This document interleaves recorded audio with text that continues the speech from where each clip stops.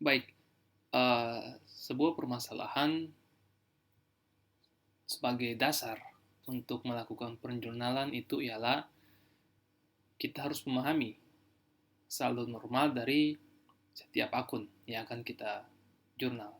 Tidaklah mudah untuk memahami konsep dari saldo normal dari setiap akun. Diharapkan dengan video ini kita bisa, khalayak umum bisa memahami apa sih saldo normal dari setiap akun yang dibutuhkan dalam melakukan perjurnalan, yang mana akan menghasilkan sebuah laporan keuangan yang dapat diandalkan dalam pengambilan keputusan. Jadi pada dasarnya itu terdapat dua sisi atau dua bagian atau dua posisi, ada debit dan kredit.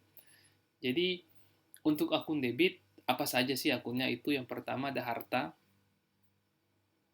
ada beban, dan ada prive. Jadi prive ini adalah pengambilan pribadi dari pemilik di sebuah perusahaan atau organisasi yang pemilik tersebut menanamkan modalnya. Kemudian untuk akun kredit itu terdiri dari ada akun utang, ada akun pendapatan, dan akun modal. Jadi untuk dapat memahami penerapan dari akun-akun tersebut, saya akan memberikan sebuah contoh.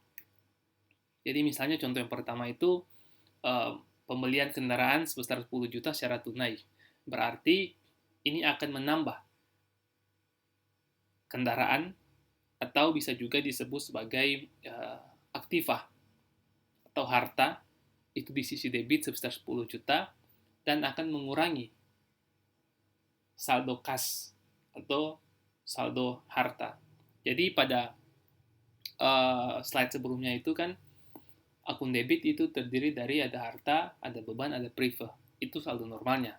Ketika terjadi pengurangan atas harta, atas beban, dan atas prive, itu akan berada pada sisi kredit. Nah, sedangkan pada sisi kredit, itu saldo normalnya itu ada utang, ada modal, ada pendapatan. Jadi ketika tiga akun tersebut yang bertambah, dia akan berada pada posisi kredit. Nah, bagaimana kalau ketiga akun tersebut mengurangi pengurangan? Berarti ketiga akun tersebut akan berada di sisi debit.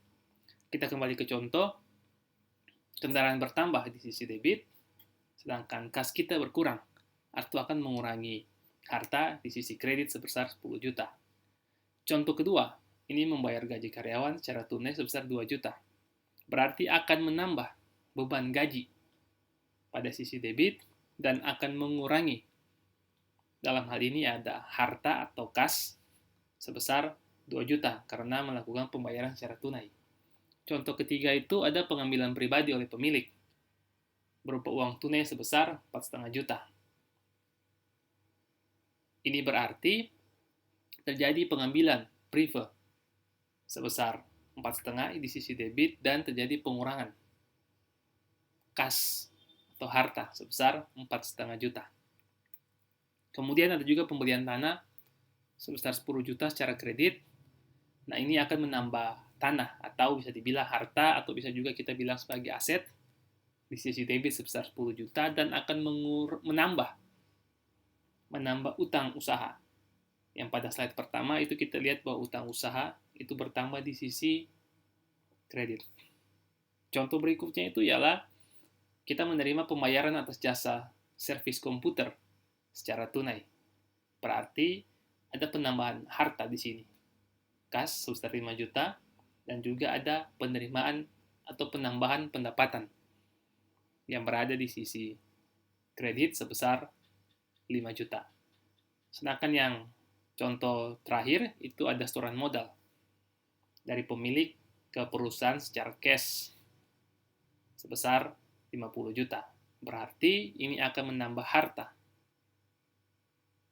atau kas sebesar 50 juta dan juga akan menambah modal pemilik sebesar 50 juta. Kiranya contoh yang saya berikan dapat memberikan pemahaman mengenai dasar-dasar dari penjurnalan khususnya itu posisi normal dari setiap akun-akun yang berada di dalam pembukuan. Terima kasih.